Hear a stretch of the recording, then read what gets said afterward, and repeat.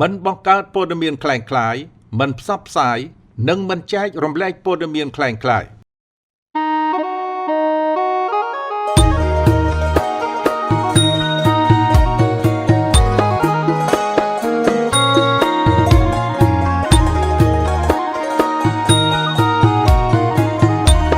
សម័យទំនើបព័ត៌មាន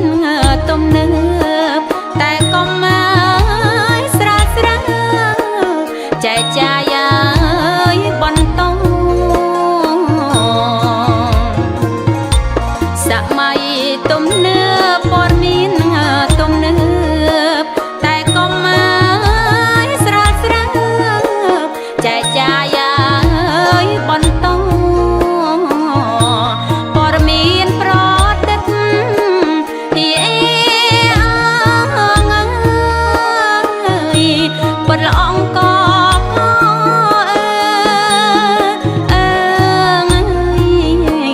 នាំរឿងអើយមិនល្អ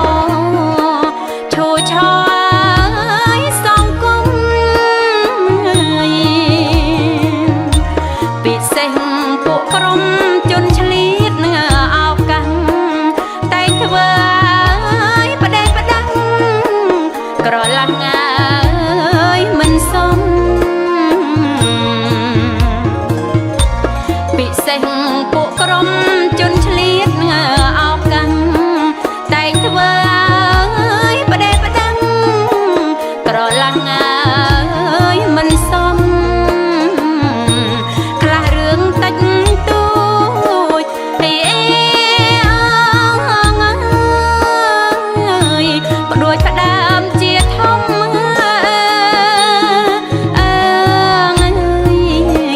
ប្រឹងប្រមូលផ្ដុំ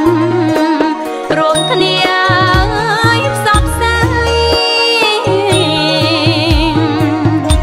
ខ្លះព្រមប្រយោជន៍ហើយមិនចេះគិតខួរក្បាលហើយល្ងងល្ងិតគិតតែអើយចែកចាយខ្លះព្រមប្រយោជន៍ហើយមិនចេះគិត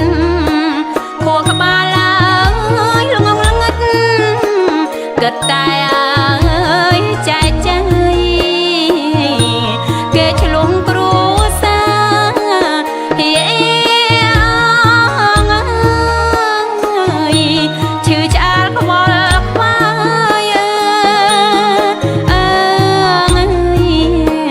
មិនគិតណាយឆ្នាំងបាយ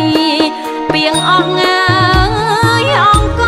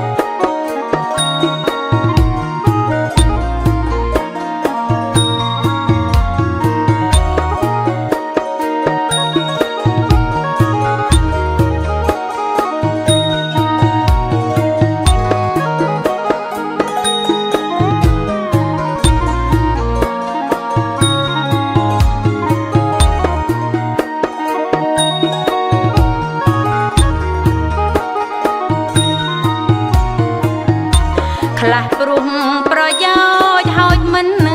ចេះគិតខួរក្បាលឡើយល្ងងល្ងិតគិតតែអើយចែកចាយខ្លះព្រុងប្រយោជន៍ហើយមិនចេះគិតខួរក្បាលឡើយល្ងងល្ងិតគិតតែ